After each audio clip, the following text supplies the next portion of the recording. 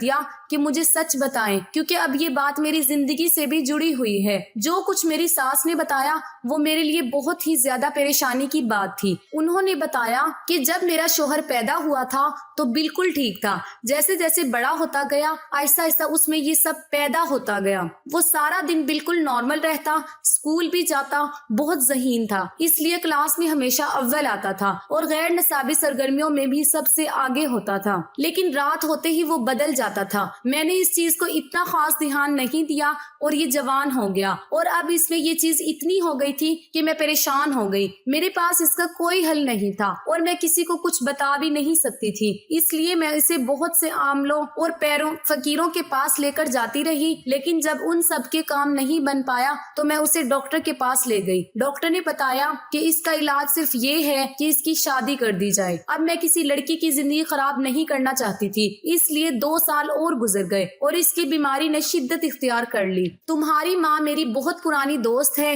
ایک دفعہ سفر کے دوران مجھے ملی، ہم لوگ بہت ہی عرصے بعد ملے تھے، اسی وجہ سے میں اسے اپنے گھر لے آئی اور بات چیت کے دوران میں نے اپنی پریشانی اسے بتا دی۔ تمہاری ماں نے میرا بہت ساتھ دیا اور میرے ساتھ ہر جگہ جاتی رہی۔ میں اسے مختلف ڈاکٹرز کے پاس لے کر جاتی، کچھ تو کہتے یہ کبھی بھی ٹھیک نہیں ہو پائے گا اور کچھ ڈاکٹرز نے یہی کہا تھا کہ اس کی شادی کر دی جائے۔ ایک دفعہ جب میں تم لوگوں کے گھر گئی تو میرے بیٹے کی نظر تم پر پڑ گئی اور تم اسے پسند آ گئی۔ اس نے مجھ سے ضد لگا لی کہ میں اسی لڑکی سے کروں گا۔ میں نے تمہاری ماں سے بات کی تو وہ نہ مانی، کیونکہ وہ تو سب کچھ جانتی تھی، لیکن میں بھی بیٹے کی زندگی کے لیے مجبور تھی۔ آخر کار میں نے تمہاری ماں کو واسطہ دے کر منا لیا اور اس طرح امن مانگنے کی بجائے نکاح کر دیا تاکہ بعد میں تمہاری ماں کوئی مسئلہ نہ کر سکے۔ لیکن اب بھی میں ڈر رہی تھی کہ نہ جانے شادی کے بعد کیا مسئلہ ہوگا۔ لیکن شادی کے دوسرے دن تم مطمئن نظر آئی تھی تو مجھے لگا کہ ڈاکٹر جو کہہ رہے تھے وہی سچ تھا، اور پھر اتنے دن سکون میں گزر گئے۔ لیکن جس دن تم مجھے جگانے آئی تو مجھے لگا شاید یہ سکون وقتی تھا اور پھر سے وہی مسئلہ شروع ہو گیا ہے۔ اب مجھے سمجھ نہیں آ رہی تھی کہ میں اس کو دوبارہ ڈاکٹر کے پاس لے کر جاؤں یا نہیں، اور میں تم سے بھی بہت شرمندہ تھی۔ میں نے اپنی ساس سے کہا کہ جو ہونا تھا وہ تو ہو گیا، اب وہ میرا شوہر ہے اور اس کا ساتھ دینا میرا فرض ہے۔ میں نے اس کو بتا دیا کہ مجھے میری ماں نے ایک دوائی دی تھی جو کہ میں ان کو دودھ میں ڈال کر پلاتی ہوں، جس کی وجہ سے وہ 2 منٹ میں سو جاتے ہیں۔ لیکن میری ساس نے کہا کہ یہ مسئلے کا حل نہیں ہے، وہ جس دن جاگتا رہے گا اس دن وہی ہوگا۔ اس وقت تو میں خاموش ہو گئی، لیکن اب مجھے ایک امید تھی کہ میں اپنے شوہر کو ٹھیک کر لوں گی۔ ایک دن رات کو میری آنکھ کھلی تو وہی سب پھر ہو رہا تھا، مطلب میرے شوہر میرا میک اپ کا سامان نکال کر خود کو میک اپ کر رہے تھے۔ جی بالکل، میرے شوہر دوہری شخصیت کا شکار تھے، وہ دن کو مرد تھے تو رات کو خود کو عورت سمجھنے لگتے، اور یہی ان کی شخصیت کی گروہ تھی جو مجھے کھولنی تھی۔ مجھے یاد آیا کہ آج میں نے ان کے دودھ میں دوائی کی مقدار کم ڈالی تھی، شاید اسی لیے آدھی رات کو وہ جاگ گئے تھے۔ میں جب ان کے پاس گئی تو وہ خود کو عورت سمجھ رہے تھے، عورت کی آواز میں بات کر رہے تھے اور مجھے مرد سمجھ رہے تھے۔ وہ ٹائم بڑی مشکل سے گزرا میں نے، لیکن صبح ہوتے ہی وہ سب کچھ بھول گئے۔ اب ان کو نہیں پتا تھا کہ رات کو وہ ایک عورت بن گئے تھے اور عورت کی طرح کی باتیں کر رہے تھے۔ اگر کوئی اور ان کو اس طرح سے دیکھ لیتا تو شاید وہ ان کو دوسری سینس سمجھ لیتا، لیکن وہ مرد ہی تھے۔ لیکن ان کے اندر ایک اور شخصیت چھپی ہوئی تھی۔ اب ان کے اندر کہاں سے آئی، کدھر سے آئی، مجھے اس بات کا پتہ لگانا تھا۔ میں بہانے سے ان کو اپنی ایک دوست ڈاکٹر کے پاس لے کر گئی اور اس کو سارا مسئلہ بتایا، اور اس نے جو حل بتایا وہ بظاہر تو ناممکن لگتا تھا، لیکن مجھے یہ ہر حال میں کرنا تھا۔ لیکن اس کا کہنا تھا کہ سب سے پہلے بنیاد کا پتہ کرنا ضروری ہے کہ ان کے اندر یہ مسئلہ آیا کہاں سے۔ میں نے اپنی ساس سے پوچھا کہ یہ مسئلہ کب سے شروع ہوا تو انہوں نے مجھے ہر بات شروع سے بتائی۔ انہوں نے بتایا